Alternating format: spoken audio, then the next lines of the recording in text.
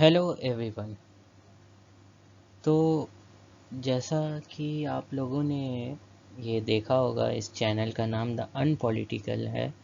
तो नाम इसलिए अनपॉलिटिकल रखा गया क्योंकि यहाँ कोई भी पॉलिटिक्स की बात तो हो नहीं होगी, but political science as a subject के बारे हम लोग डिटेल में जानेंगे। आपके स्क्रीन पे शो कर रहा होगा आज का टॉपिक, जिसका जो है political theory, nature and significance. तो आज हम लोग पॉलिटिकल थ्योरी क्या है, कैसे इवॉल्व हुआ, नेचर क्या है, पॉलिटिकल थ्योरी का स्कोप क्या है, कैरेक्टरिस्टिक्स क्या है, इन सब चीज़ों के बारे में जानेंगे। तो ये एक जस्ट छोटा सा ब्रीफ इंट्रोडक्शन है। मेरा नाम मोहम्मद कैफ मलिक है। मैंने बीए पॉलिटिकल साइंस से किया। उसके बाद फिर मैंने इग्नू में मास्टर्स में इनरोल करा लिया। उसके बाद अब मैं 3 इयर्स एलएलबी डिग्री में इनरोल करा चुका हूँ। उसके साथ साथ मेरे पास 3 इयर्स की एक्सपीरियंस है टीचिंग की, बेसिकली हिस्ट्री और पॉलिटिकल साइंस सब्जेक्ट में, प्लस कॉम्पिटिटिव एग्ज़ाम की भी अच्छी खासी नॉलेज है। तो जैसा कि आप लोग देख सकते हैं कि हमारा जो पॉलिटिकल साइंस, जो जिस भी बच्चे को पॉलिटिकल साइंस में ऑनर्स डिग्री चाहिए, या वो स्कूल लाइफ में भी ज़्यादातर सीबीएसई और ह्यूमैनिटीज़ के बच्चे पॉलिटिकल साइंस के बारे थोड़े उन्हें पढ़ाया जाता है। तो फिर उसमें क्या होता है कि जो आपका पहला चैप्टर या पहला सब्जेक्ट जो होता है क्लास 11 में ही, जो पहला आपका चैप्टर होता है बुक का, उसमें पहले आपको पॉलिटिकल थ्योरी के बारे में बताया जाए। इसको ज़्यादा लोग मतलब उतना इम्पोर्टेंस नहीं देते हैं, बट ये सबसे बेसिक थिंग है कि हम लोग पॉलिटिकल साइंस पढ़ क्यों रहे हैं, उसको पढ़ने का रीज़न क्या है। तो इस हम लोग पॉलिटिकल थ्योरी के थ्रू जान पाएंगे। तो आप जैसे कॉलेज में भी जब जाइएगा, अगर आप लोग बीए पॉलिटिकल साइंस लेते हैं, तो आपको भी ये पहला चीज़ पॉलिटिकल थ्योरी के बारे में पढ़ाया जाएगा। तो ये सबसे बेसिक स्ट्रक्चर जो है पॉलिटिकल साइंस का, वो पॉलिटिकल थ्योरी से स्टार्ट होता है। तो जैसे कि सॉरी हम लोग देख सकते हैं कि व्हाट इज़ पॉलिटिकल। सबसे पहला चीज़ कि पॉलिटिकल है क्या।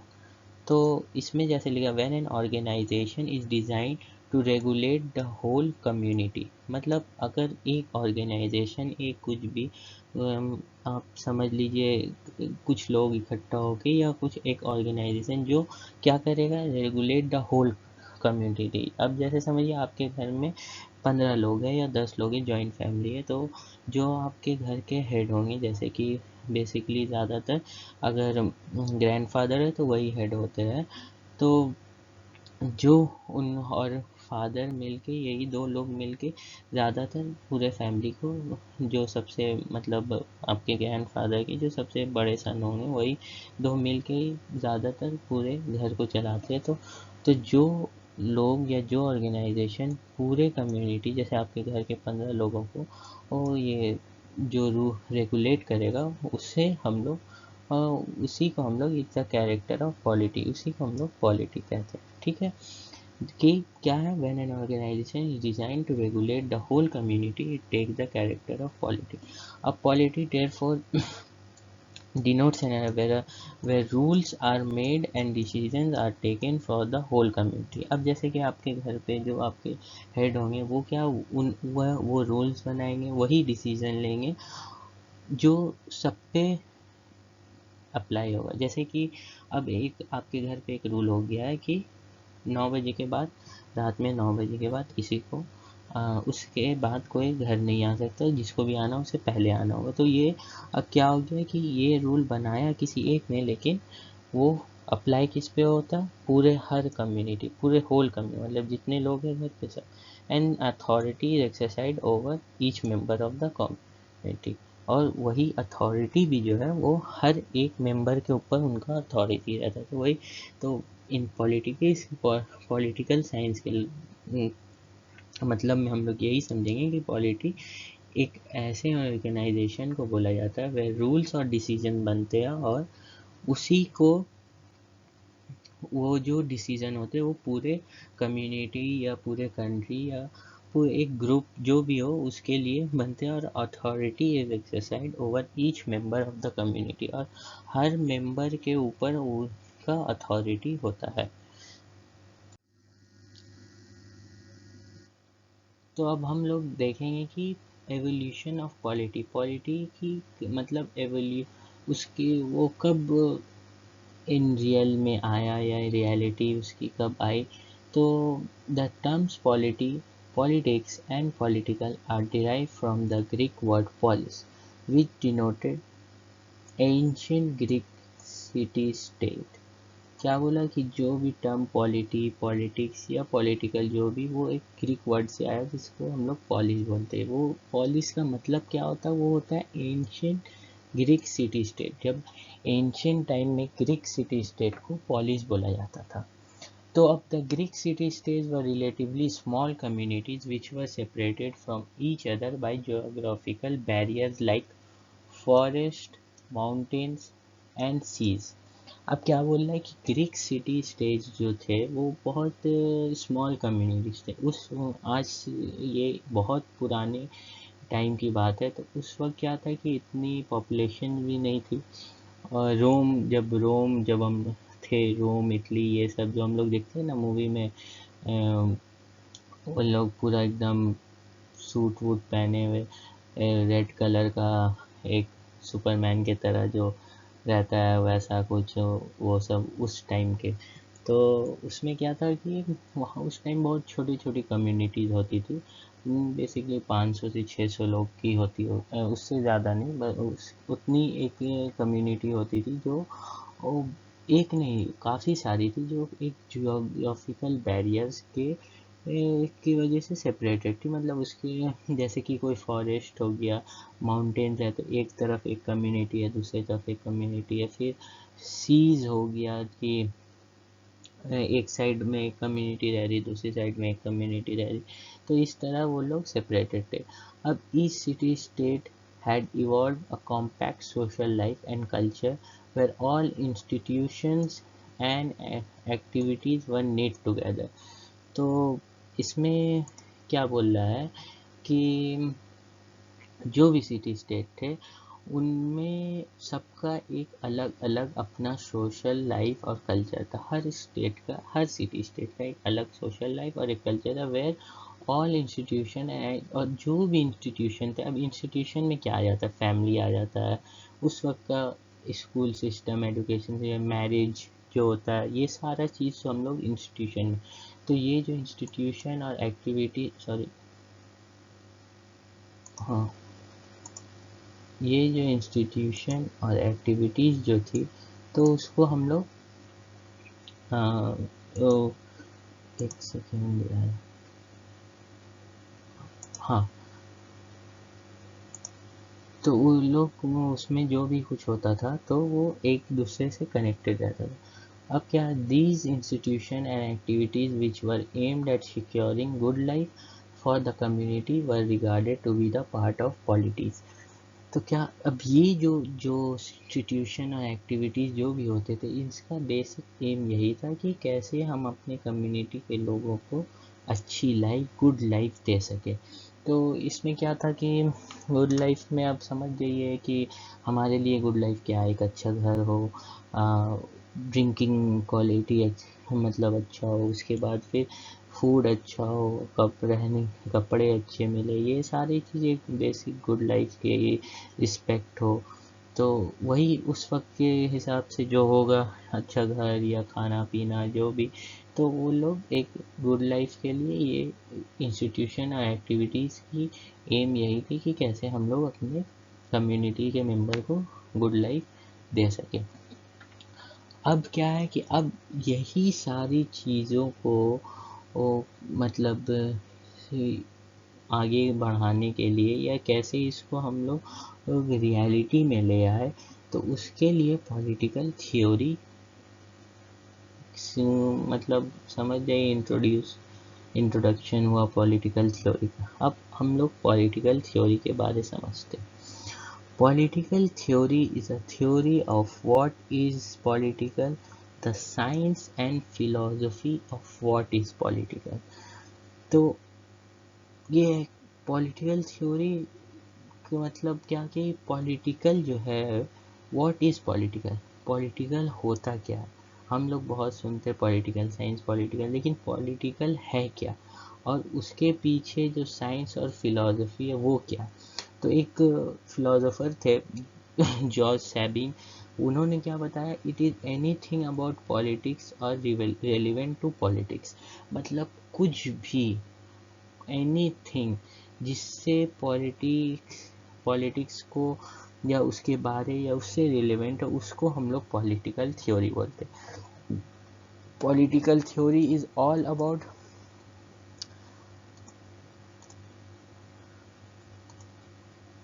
Political theory is all about politics. It is an overview of what the political order is about. एक ओवरव्यू होता है, मतलब वो बोलता है ना कि बर्ड आई व्यू, ऊपर से देखना। मतलब हम लोग अगर आप फ्लाइट में होते, एयरप्लेन में होते, तो हम लोग कैसे ऊपर से पूरा शहर देख लेते। तो वैसे ही ये जो पॉलिटिकल थ्योरी है, ये पूरा जो पॉलिटिकल साइंस के अंदर या पॉलिटिक्स के अंदर आता है, वो पॉलिटिकल थ्योरी से हम लोग उसके थ्रू एक ओवरव्यू ले सकते। In its nature it is formal, logical, systematically analyse of process and consequences of political activity. तो एक चीज़ है पॉलिटिकल साइंस में, हमें सब नहीं पढ़ना, लेकिन जो भी पढ़ना है उसको हमें उस लाइन के एक एक वर्ड को समझना होगा। तो जैसे इसमें जैसे बोला गया कि in its nature it is a formal, logical and systematic analysis. मतलब फॉर्मल, जैसा आप फॉर्मल तो सभी समझते हैं, लॉजिकल जिसमें एक लॉजिक और सिस्टमैटिक एनालिसिस, मतलब एक सिस्टम से, ये नहीं कि एक ऊपर एक नीचे एक दाएं एक बाएं, वो नहीं, एक लाइन से system of process and consequences of कि ये पॉलिटिकल एक्टिविटी का प्रोसेस क्या था और इसका कॉन्सिक्वेंसेस क्या है। ठीक है, तो इसको जानने की जो फॉर्मल, लॉजिकल वे, सिस्टमैटिक, उस जो सिस्टमैटिक एनालिसिस, उसे हम लोग पॉलिटिकल थ्योरी कहते हैं। अब हम लोग देखते हैं नेचर ऑफ पॉलिटिकल थ्योरी। ठीक है, आप लोगों को पॉलिटिक्स कैसे इवॉल्व हुआ वो बता दिया, पॉलिटिकल थ्योरी क्या है वो बता दिया। अब क्या, नेचर क्या है पॉलिटिकल थ्योरी का, नेचर क्या है। अब जैसे कि नेचर क्या, अब एक हम लोग पूछते हैं, अरे इस इंसान का नेचर क्या, नेचर मतलब कैसा है, अच्छा है, ख़राब है। एक इंसान, कोई कोई होता है जो हमेशा किसी भी चीज़ में लेट आते हैं, तो हम लोग क्या बोलते हैं, वो इंसान का नेचर ही है वैसा, उसका लेट आने का आदत है ये। तो वही इसमें अब पॉलिटिकल थ्योरी का क्या नेचर है वो हम लोग पढ़ें। पॉलिटिकल थ्योरी विदाउट सॉरी, हाँ, तो पॉलिटिकल थ्योरी, हाँ, पॉलिटिकल थ्योरी ये हम लोग तीन टाइप्स में उसका मतलब पढ़ सकते हैं। Political theory as a history, political theory as a science and political theory as a philosophy. तो पॉलिटिकल थ्योरी का क्या नेचर है, उसका तीन नेचर है, वो हिस्ट्री भी है, वो साइंस भी है, और वो फिलोसफी भी है। ठीक है, ये एक उसकी फीचर, ये नेचर है। अब political theory as a history, वो कैसे, हम लोग कैसे बोल सकते हैं कि पॉलिटिकल थ्योरी भी मतलब एक उसमें हिस्ट्री आती है। तो ये इसी के बारे में हम लोग देखते हैं। Political theory without history is a structure without a base.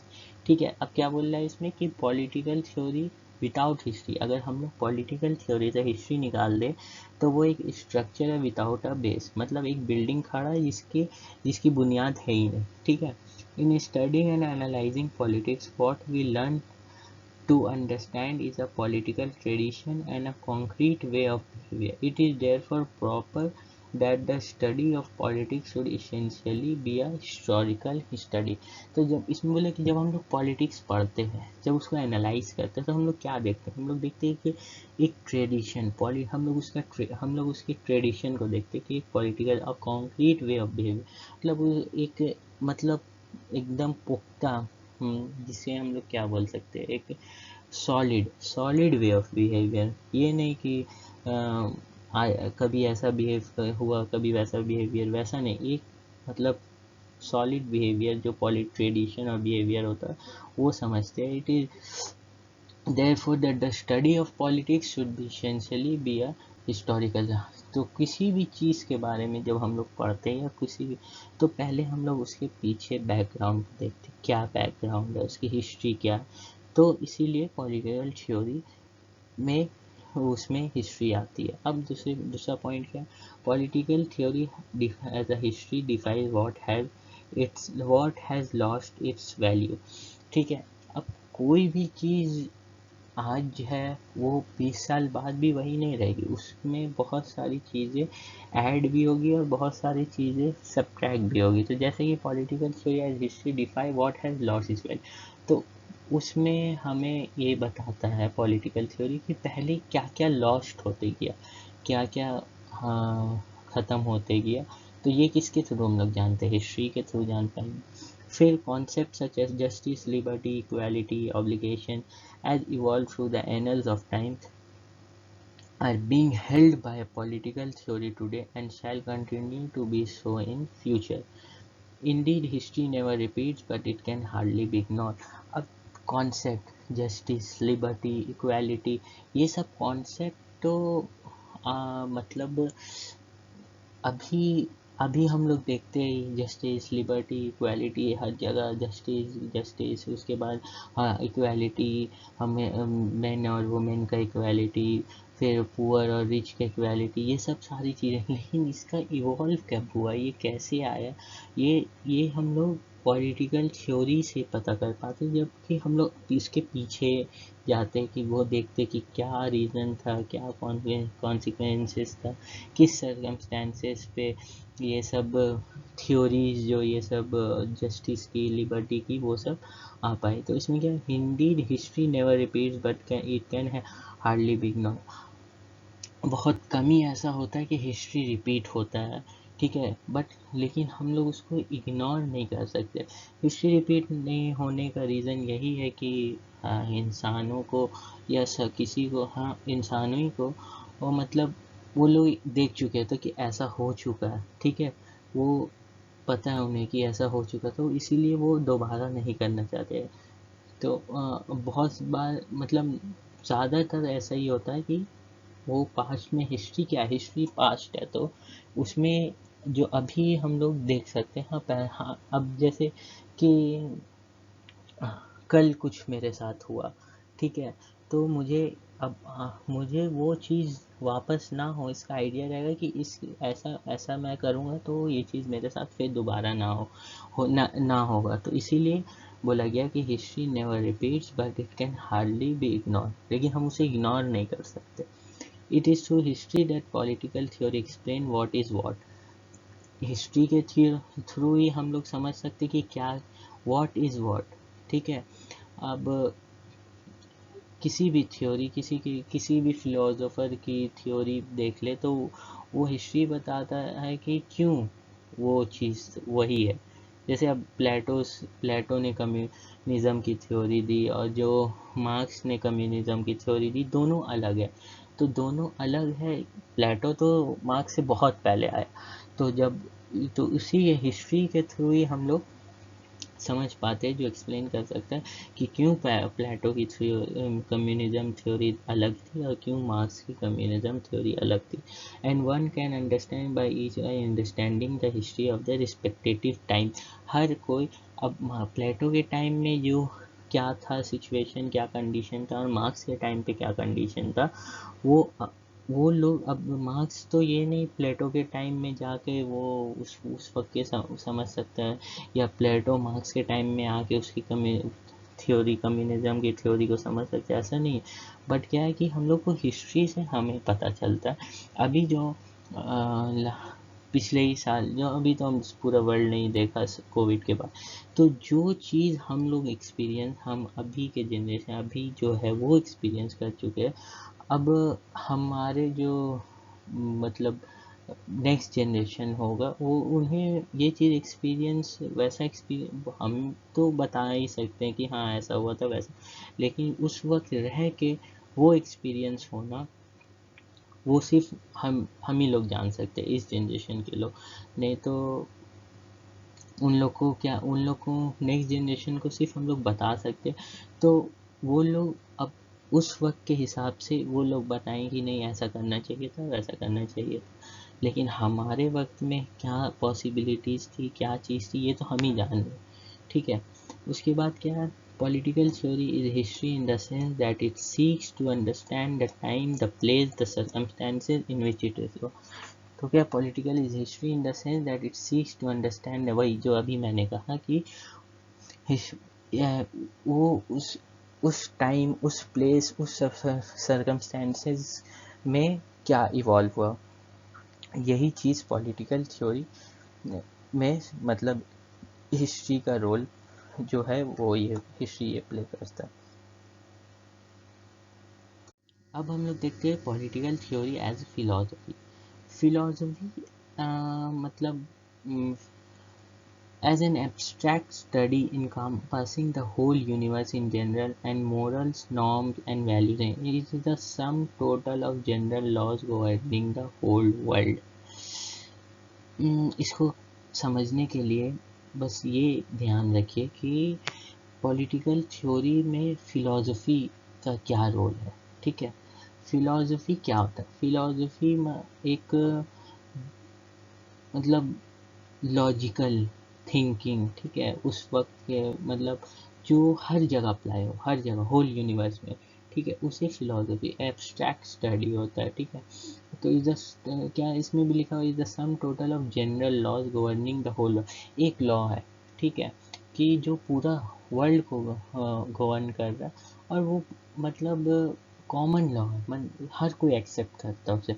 जैसे कि ऑनेस्टी। ऑनेस्टी क्या है? वो एक ये वैल्यू है जिसे हर एक इंसान एक्सेप्ट करता है कि हाँ ऑनेस्टी होना चाहिए। ठीक है। तो वो क्या है, वो पूरे वर्ल्ड को गवर्न कर रहा है, वो वैल्यू पूरे वर्ल्ड को गवर्न करता है। तो जैसे कांट, इमैनुअल कांट बहुत बड़े फिलोसोफर रह चुके हैं पॉलिटिकल साइंस, उन्होंने क्या कहा, philosophy at Kant has answer three question, what can I know, what must I do, and what can I hope for, and this is what makes philosophy a lodestar of life। ठीक है। Can't ने क्या किया कि philosophy तीन questions का answer देता है। व्हाट कैन आई नो, हम क्या जान सकते, व्हाट मस्ट आई डू, हमें क्या करना चाहिए, and what can I hope for. ठीक है, कि हम उस जो हमने किया उससे हमें क्या रिटर्न मिल सकता है। ठीक है। अब इसमें जैसे एक वर्ड ले लेते हैं हम लोग, ऑनेस्ट। ठीक है। What can I no, honesty के बारे में हम लोग क्या जान सकते हैं? ठीक है, हम लोग जानेंगे ये अच्छी क्वालिटी है, इसमें ईमानदारी है। ठीक है। व्हाट मस्ट आई डू, हमें क्या करना है, हमें ऑनेस्टी को फॉलो करना है। फॉलो कैसे करना है? किसी को झूठ ना नहीं बोलना है, किसी के का मतलब उसे उसको अगर किसी का चीज़ हो, किसी का सामान हो, मेरे पास हो, मुझे पता है उसका सामान है, तो जब वो मांगने आए तो ये ना कहे, मैं नहीं, ये ना कहा जाए कि नहीं मुझे नहीं पता, मेरे पास तो है नहीं, ये नहीं। ऑनेस्टी कि हाँ वो मांगने आए तो वो दे दे। उससे what can I hope for, उससे क्या मुझे रिटर्न क्या मिलेगा, उससे मुझे रिटर्न मिलने का यही है कि मुझे मेरे ऊपर ट्रस्ट करेगा इंसान, सामने वाला इंसान मुझे ट्रस्ट करेगा, मुझे रिस्पेक्ट करेगा कि नहीं ये अच्छा इंसान है, ऑनेस्टी है। ठीक है। तो यही मेन। उसके बाद political theory the philosophy for it not only seeks to know the nature of thing but also attempt to explain as to why thing realistic. सबसे important, nature of the thing but also attempt to explain so why thing.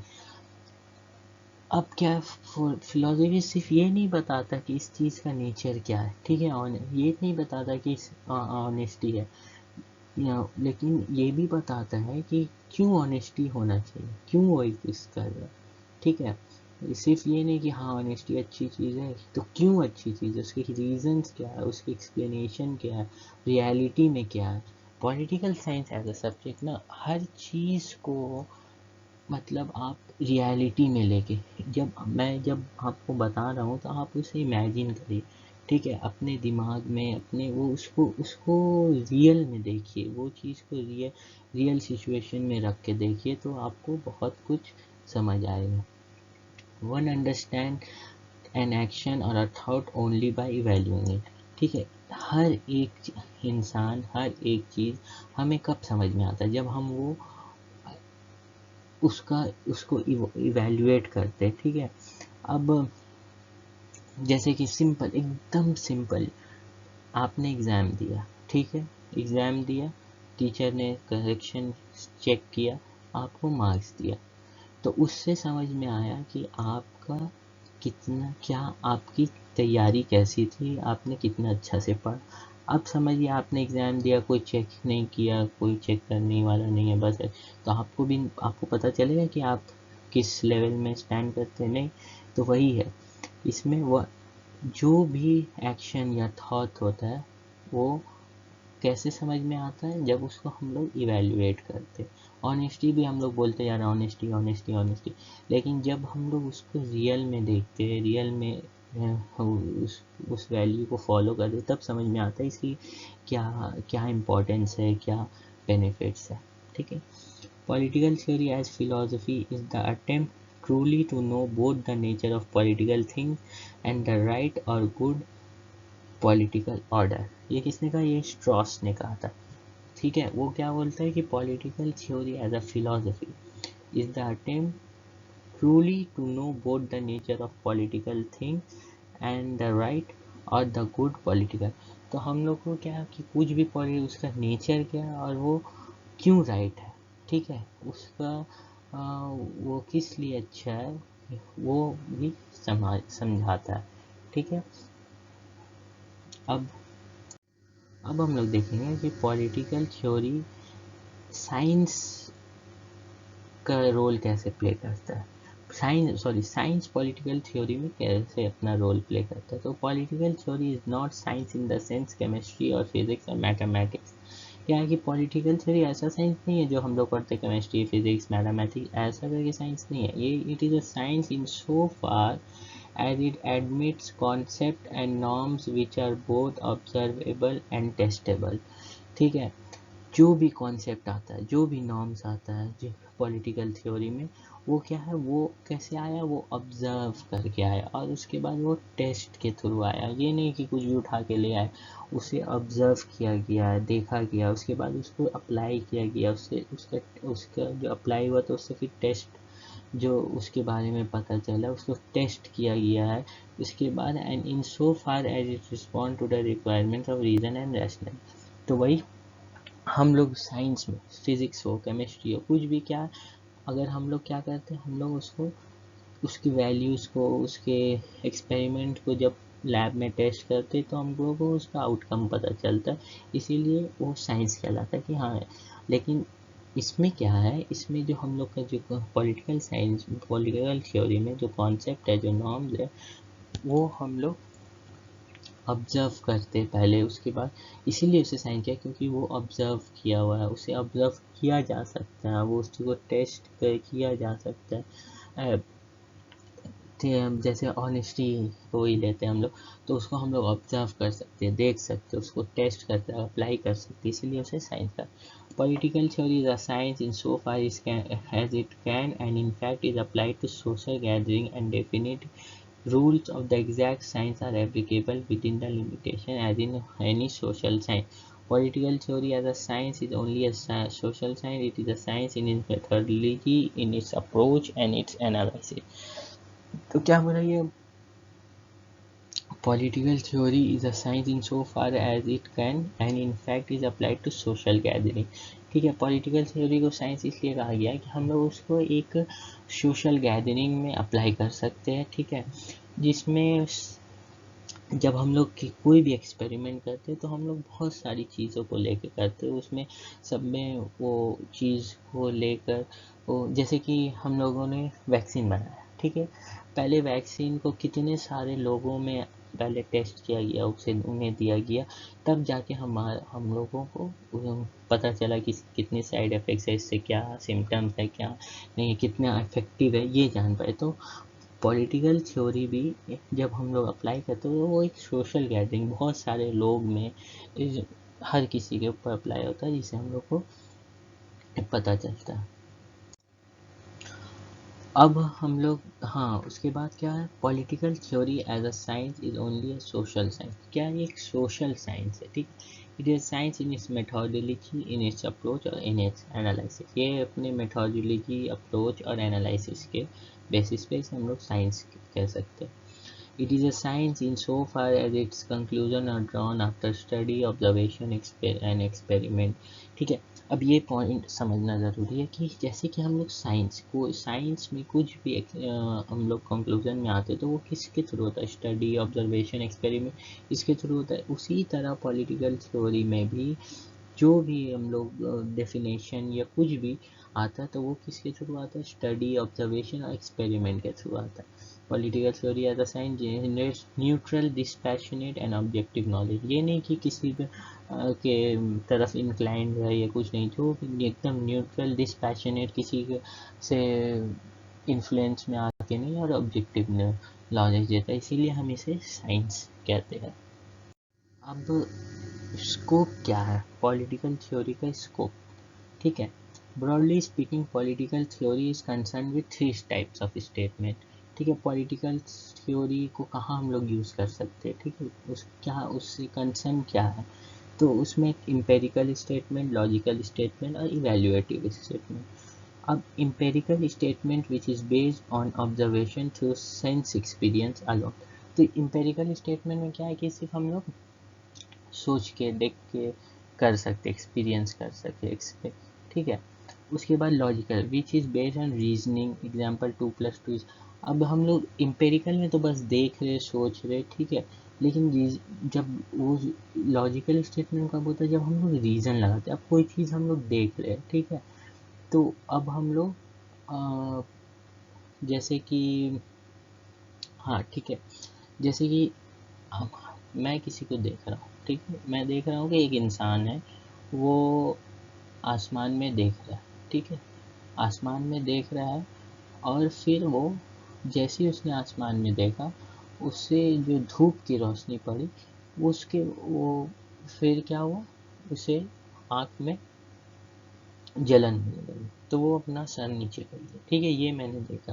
तो ये मैंने देखा, ये एक statement मैंने दे दी कि हाँ ठीक है, ये एक्सपीरियंस था, ठीक है। वो इंसान आसमान में धूप को देख रहा था, वो फिर उसकी आँख जलने लगी, ठीक है। अब लॉजिकल स्टेटमेंट उसमें क्या होगा कि क्यों आँख जलने लगी, वो धूप की रोशनी से उस इंसान की क्यों आँख जलने लगी। तो उसमें वो समय की जो सन की रेज होती है वो इतनी स्ट्रांग होती है कि वो हमारी आइज़ की जो लेंस है वो उसे बेयर नहीं कर पाता, इसीलिए इंसान अपनी आंखें बंद कर लेता है। ये हो गया एक लॉजिकल स्टेट। अब थर्ड क्या, evaluative which is based on value. Example, man are born free and equal, ठीक है। अभी कुछ होता है evaluative statement which is based on value, जो एक वैल्यू है, ठीक है, जो एक कह दिया गया कि मैन आर बॉर्न है फ्री एंड इक्वल, ठीक है, हर कोई फ्री पैदा हुआ है और इक्वल है, मैन वुमेन कोई भी हो, वो फ्री है और वो इक्वल है, ठीक है। तो अब ये क्या है, एक यूनिवर्सल ट्रूथ, या इसे एक वैल्यू जजमेंट दे दी इवैल्यूएटिव, तो इसे बदला नहीं जा सकता, ये चेंज नहीं होगा। Political science relies only on empirical and logical statement, but political science क्या, वो किस पे रिलाई करता है, empirical, लॉजिकल स्टेटमेंट, ठीक है। क्योंकि इवैल्यूएटिव स्टेटमेंट ऐसे होते हैं कि उसमें क्या है कि बहुत बार पॉलिटिकल साइंस से वो रिलेट नहीं कर पाता, पॉलिटिकल थ्योरी से वो रिलेट नहीं कर पाता, ठीक है। जैसे मैं पहले ये बोला जाता था कि सिर्फ मैन वुमेन का कोई बात ही नहीं करता था, वुमेन को कोई मतलब काउंट ही नहीं करता था। तो ये अभी तो ऐसा नहीं है, तो अगर हम लोग इसी स्टेटमेंट को लेके चले तो अभी भी हम लोग को यही कहना होगा। इसीलिए वैल्यूएटिव स्टेटमेंट हम लोग ये पॉलिटिकल साइंस में नहीं यूज़ ज़्यादा हो पाता है, क्योंकि जैसे जैसे वर्ल्ड डेवलप, जैसे जैसे टाइम चेंज होता है, वैसे वैसे बहुत सारी चीज़ें सोसाइटी में चेंज होती है। It is argued that correct observation and correct reasoning by different persons will lead to similar conclusion, hence empirical and logical statements are capable of verification. क्या बोला गया है कि करेक्ट ऑब्जर्वेशन और करेक्ट रीजनिंग, अगर एक रूम में 100 लोग हैं, ठीक है, या एक जगह पे 100 लोग हैं, और अगर 100 लोग हर एक पर्सन करेक्ट ऑब्जर्वेशन और करेक्ट रीजनिंग लगाएगा तो उन्हें कुछ भी दिया गया हो कि आपको इसके बारे में ऑब्जर्व करके एक करेक्ट ऑब्जर्वेशन करेक्ट रीजनिंग बताना है, तो हर किसी का आंसर क्या है, सिमिलर निकलेगा। ठीक है, अब जैसे कि एग्जांपल 10 लोग हैं, ठीक है, दसों को एक उस दसों के सामने एक टेबल पर थोड़ा थोड़ा सा शुगर रख दिया गया, या एक एक शुगर का क्यूब रख दिया गया। अब हर कोई एक ही चीज़ देख रहा है, एक ही ऑब्जर्वेशन क्या है कि शुगर है, तो थोड़ी देर बाद चींटियों की वो भीड़ लग जाएगी वहाँ हर एक क्यूब के पास।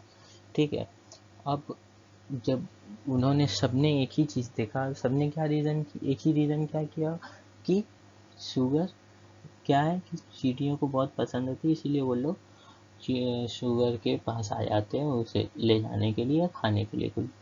तो इससे क्या है, कंक्लूजन क्या निकला, सभी का एक ही कंक्लूजन निकला कि हाँ, चींटियों को शुगर पसंद है। ठीक है, तो इसमें क्या है, हम लोग एम्पेरिकल और लॉजिकल स्टेटमेंट लगा सकते हैं। ठीक है, लेकिन इवैल्यूएटिव तो नहीं लगा सकते। इवैल्यूएटिव हो जाएगा कि चीट ये चींटियाँ सिर्फ शुगर ही खाती है। अरे सिर्फ शुगर तो नहीं खाती, लेकिन क्या है, हाँ शुगर उन्हें पसंद है। तो अगर हम लोग इवैल्यूएटिव दे दे तो सिर्फ हो जाएगा कि चींटियाँ सिर्फ शुगर ही खाती, ठीक है, या मीठी चीज़ खाती है। To understand theory when applied to politics would mean understanding politics as a theory, as a science and as a philosophy। ठीक है, अब क्या बोला गया कि अगर हम लोग को पॉलिटिक्स समझना है तो पॉलिटिक्स को एज अ थ्योरी हम लोग को साइंस भी लेकर चलना होगा और फिलोसफी को भी लेकर चलना होगा। अब हम लोग देखेंगे कि पॉलिटिकल थ्योरी की कैरेक्टरिस्टिक्स क्या। The arena in which political theory works extend to the realms of politics only. Political life of the citizen, his political behavior and his political idea। ठीक है, पॉलिटिकल थ्योरी किस area में work करता है, ये उसका characteristic है कि वो सिर्फ political life of the citizen, his political behaviour, his political ideas, election वगैरह ये सब में ये सिर्फ मतलब जो पॉलिटिकल थ्योरी है वो सिर्फ पॉलिटिक्स के रेम्स में ही वर्क करता है। ठीक है, the method which political theory adopt include description, explanation and investigation. Political theory कुछ भी मेथड अडॉप्ट करता है, ठीक है, कोई कंक्लूजन लाने के लिए कोई भी तो वो क्या होता है, वो क्या अडॉप्ट करता है, description, explanation and investigation. Description देता है, उसे एक्सप्लेन करता है और उसके इन्वेस्टिगेट भी करता है। ये उसकी कैरेक्टरिस्टिक्स है। पहली कैरेक्टरिस्टिक्स है कि वो सिटीजन के पॉलिटिकल थ्योरी इंसान के पॉलिटिकल्स मतलब पॉलिटिक्स के फील्ड में जो भी एक इंसान के लाइफ में जो भी रीम्स है पॉलिटिक्स है उसमें वर्क करता है। दूसरा हो गया कि वो क्या क्या मेथड अडॉप्ट करता है या इंक्लूड करता है। Though political theory is all about what is political, yet it attempts to understand political in relation to social, economic, psychological, ecological, moral and the like। जैसे कि political theory is all about political, ठीक है, हर चीज़ क्या है political से connected, लेकिन yet it attempt to, लेकिन तब भी ये क्या अंडरस्टैंड करता है, political in relation to social. ठीक है, पॉलिटिक्स का सोशल लाइफ में क्या असर पड़ता है, इकोनॉमिक्स में क्या असर पड़ता है, फिलोसफिकल में क्या असर, साइकोलॉजी में क्या असर पड़ता है, इकोलॉजी पे क्या असर पड़ता है, ये सारा चीज़ वो पढ़ता है या समझाने की कोशिश करे। The objective which could which political theory seeks to achieve is to build a good state in a good society. Main objective क्या है पॉलिटिकल थ्योरी का? यही कि एक गुड स्टेट हो in a good society. Good state से मतलब एक अच्छा रूल हो, ठीक है, अच्छा गवर्नमेंट हो और अच्छी सोसाइटी। एंड इन द अब ये अच्छी सोसाइटी लाने के लिए क्या होता है, जो अच्छी सोसाइटी लाने का जो प्रोसेस होता है उसमें क्या क्रिएट होता है? Processes, procedures, institution, structures historically tested and rationally, ये सब चीज़ क्रिएट हो जाती है। प्रोसेसेस, प्रोसीडियर्स, इंस्टीट्यूशन, जो एक good state in a good society they. Political theory is both perspective and explanatory. Political theory क्या है? एक पर्सपेक्टिव होता है, हर चीज़ का एक पर्सपेक्टिव और उसे एक्सप्लेन करता है, ठीक है। ये सारी कैरेक्टरिस्टिक्स पॉलिटिकल थ्योरी की है। अब तो आज के लिए बस इतना ही। उसके बाद हम लोग नेक्स्ट वीडियो में देखेंगे कि सिग्निफिकेंस क्या थी, पॉलिटिकल थ्योरी की सिग्निफिकेंस क्या है, और उसमें और भी क्या क्या चीज़ें हैं, वो सारी चीज़ें हम लोग देखेंगे। तो होप आप लोगों को ये वीडियो अच्छा लगा होगा। हो सकता है कुछ चीज़ें ना समझ में आई हो, या मैं सही से समझा नहीं पाया हूँ, तो उसके लिए आप कमेंट में अपना क्वेश्चंस मुझे सेंड कर सकते हैं। फिर मैं आपका नेक्स्ट वीडियो में उस सारे क्वेश्चंस का रिप्लाई दे दूँगा, या कमेंट में रिप्लाई दे दूँगा। तो आज के लिए बस इतना ही काफ़ी। Thank you for watching this video. Please subscribe and share this YouTube channel. Thank you.